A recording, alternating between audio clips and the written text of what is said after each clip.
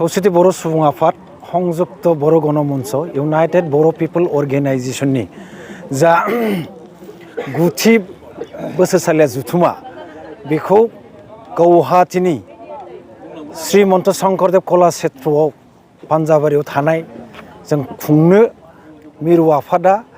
5/10/2023 मायथाइ गोदान बोसोराव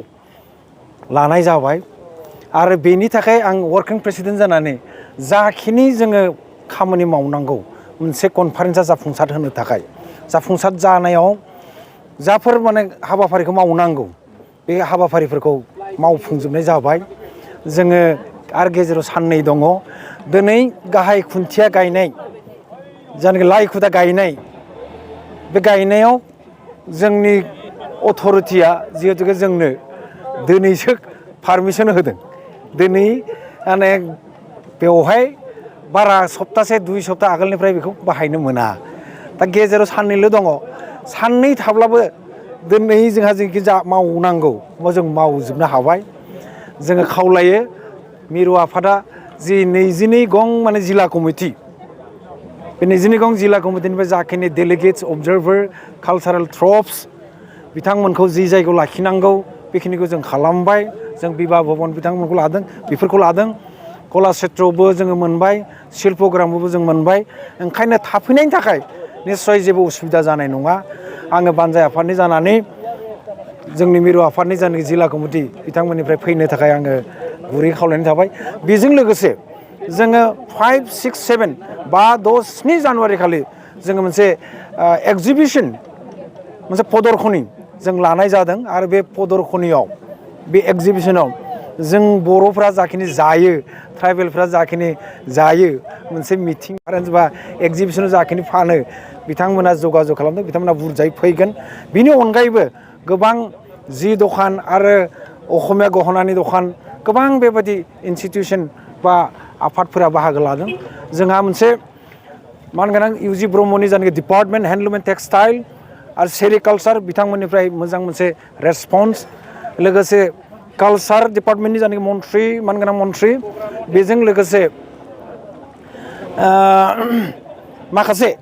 जायनाखि डिपार्टमेन्टेल मन्थ्रिफोरनि जायनाखि सहाय बिसेसकय जोंनिया जयन्त मल्ल बरुवा फिजुस हाजरिका बिथांमोननि जायनाखि सहाय बिथांमोननि जायनाखि एडभाइस जोङो मोनदों आरो बिथांमोननिफ्राय जल जीवन मिशन बा अन्यान्य बिथांमोननिफ्राय जोङो मेसेज एडभाइस जों मोननो हादों ओंखायनो बे कनफारेन्सआ मोनसे जारिमिनारि मोनसे कनफारेन्स जागोन